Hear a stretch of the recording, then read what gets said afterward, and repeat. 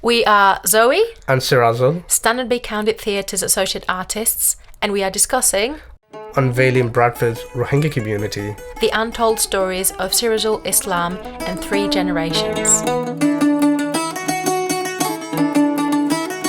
Hi Sirazul. Hi Zoe. What were the biggest challenges upon arriving in Bradford? One of the biggest challenges is the difference in quality of life. And I know the listeners might think, of course, the quality of life here is better, then why would it be a challenge? But I want you to imagine something where having the absolute basic necessity was seen as a luxury in the refugee camp.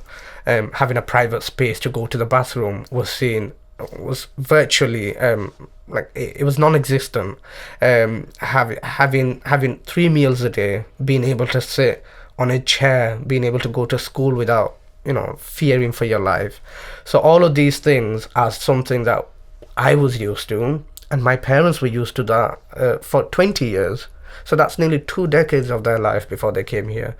So when you think life is just that and it's limited to that, and you get something better, then it all of a sudden becomes a challenge, because you don't think it's going to stay forever. You're always in the fear that maybe it might get taken away.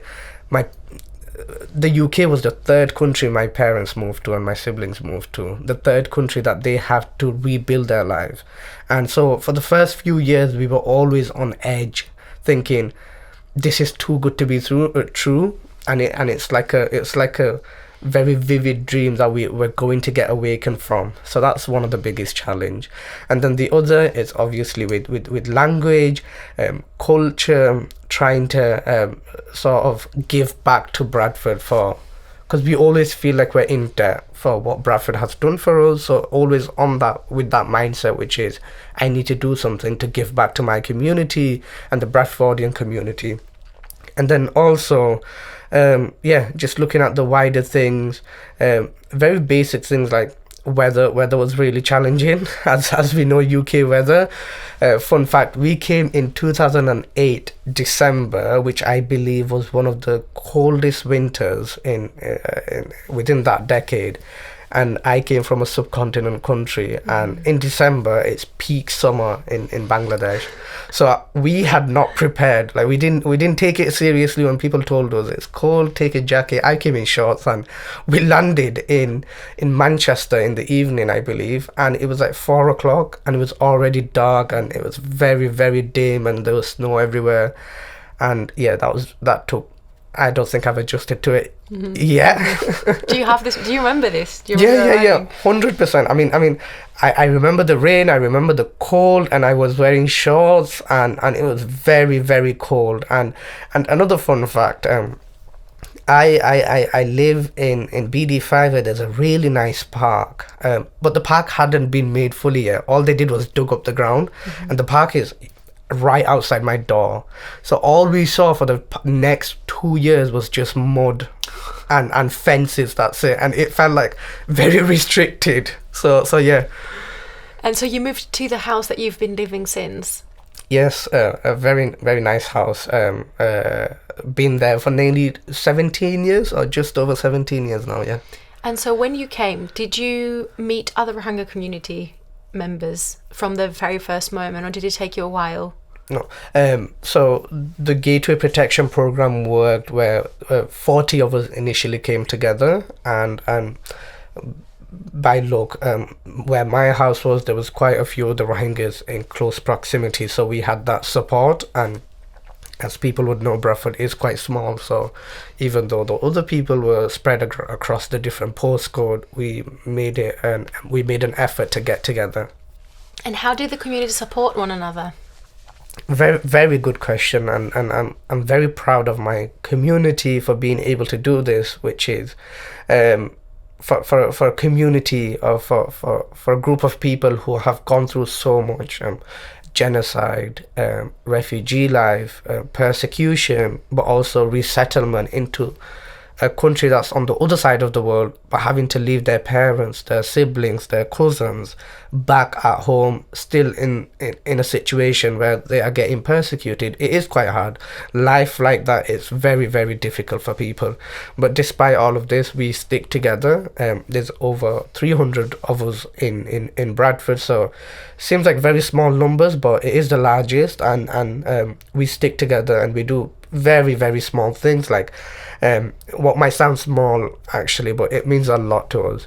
Like the women get together every 2 weeks at someone's house, so they'll have a draw where so my sisters partake in this alongside the other women. They'll have a draw, they'll pick out a name, and then that person hosts all the women for in the next 2 weeks, and then they do that throughout the year. So that's one way of sticking together.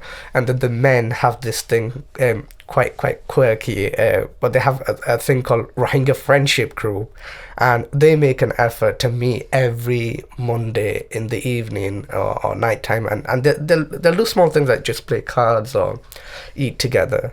And then for the youth, we play football. Football is the biggest thing that we have to stay together. So we play football all the time, as much as we can, and we love playing football or cricket.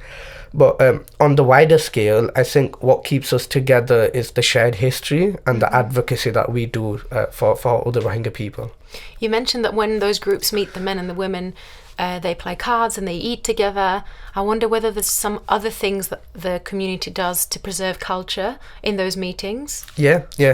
So one thing would be when the women meet together, what you've got to realize is the women are just speaking purely Rohingya, so that's pure Rohingya, and it is really, really difficult to preserve the culture because it's not around us. It's really difficult to preserve the language because it's not around us. So for the children who are in that environment, they're picking up on these Rohingya languages and these Rohingya words.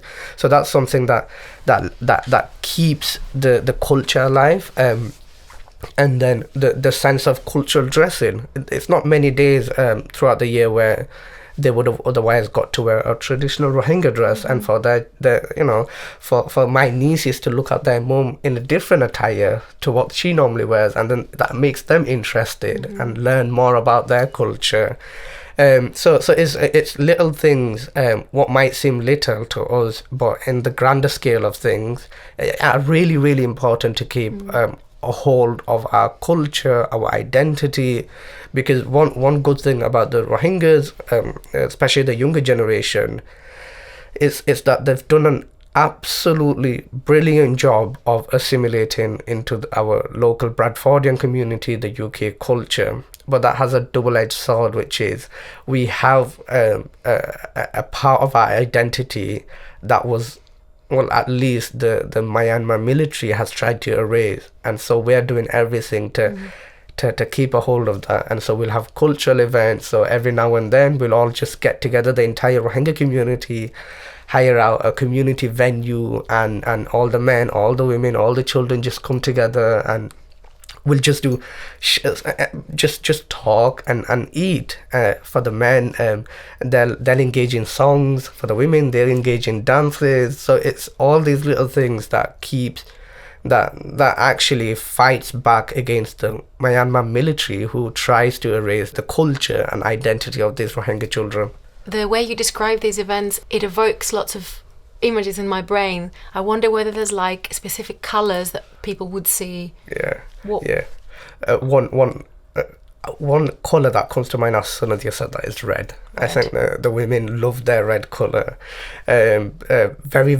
Rohingya colours are very vibrant. Like, your red, your yellows, your green. That's what they'll wear all the time. And then for the men, it's like they love their white, white shirt, white suits. So yeah, it's a very nice contrast. Yeah. Unlike the Bradfordian grey Cyril is wearing today. My colours, I think I've assimilated too well, because my colours are grey, black or beige. So that's my wardrobe.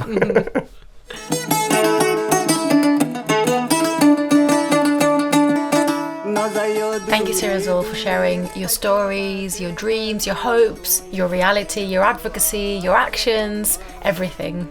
Thank you, Zoe. I think you've asked some brilliant questions and thought-provoking questions as well. And I hope the audience takes something away from this. If nothing, then the fact or the importance of identity, but also the importance of giving an opportunity to a community who has been refused for far too long. And thank you to all the people who have made this happen, to Bradford Made, to City of Culture, and to SBC more importantly.